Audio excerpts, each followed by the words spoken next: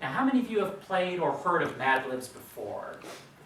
Okay, a number. Okay, some who haven't. All right. Well, for those who have, I'll give you a refresher. For those who haven't, I'll give you the rundown of Mad Libs. It's a word game. It consists of a short story, about a page in length, but there are a number of words missing. The object of the game is to fill in those blanks with your own words. But the catch is, you don't know the context in which your words are going to be used. That's how you come up with constructions like your salad was topped with submarines. That's part of the fun and zany element of Mad Libs. And that element was discovered quite by accident, according to the official Mad Libs website.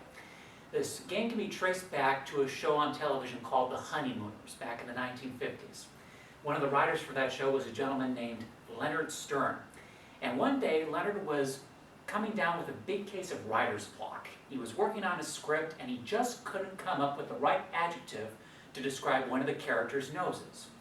And he was still stuck in this rut when his friend Roger Price came by his apartment. And so Leonard asked Roger for an adjective to try to break this case of writer's block. But before Leonard could tell Roger what he needed the adjective for, Roger said, "How about clumsy?" Now to Leonard, the idea of a clumsy nose was so ridiculous that it was hilarious to him. And it was hilarious to Roger too, as soon as he was clued in as to why Leonard was laughing so much. And the two of them knew they were onto something big.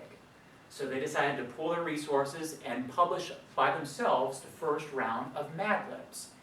And it was quite a success, which has reverberated nearly 60 years later. People across the country and around the world are enjoying Mad Libs to this day. So that's what Mad Libs is about. It's a fun, quirky little word game. But it can also be used as a teaching tool, especially if you're in school and you're studying grammar. Now, for many kids, grammar can be a very boring subject to learn. How many would agree that grammar isn't exactly the easiest one? It is challenging. And when you're flipping through your textbook trying to determine what makes an adjective different from an adverb and why you should care, it gets to be quite cumbersome. But that's when Mad Libs comes into the equation. Because when you're playing the game, each one of those blanks is labeled with a descriptor. And often the descriptor is a part of speech, like put a noun here, or put an adjective here, or an adverb here. So you are able to apply your knowledge from the textbook into the game. And that can give students a motivation.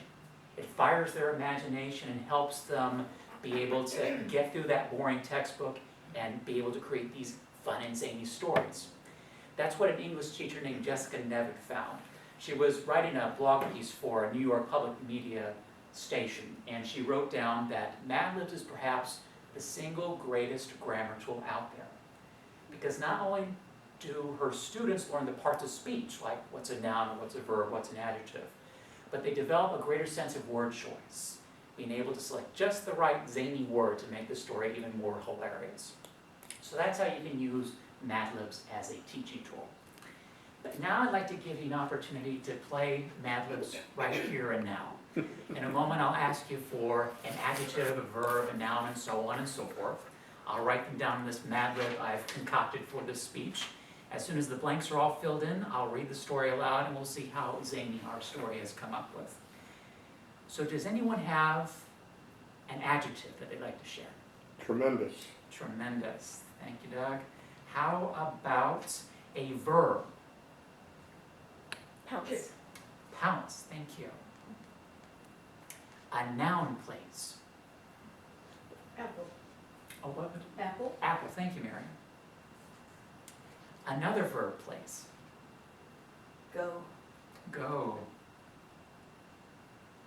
Another verb, please. Eat. Eat.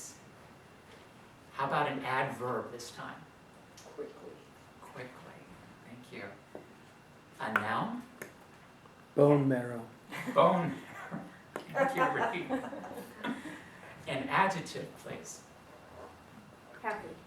Happy. And finally, a verb. Slurp.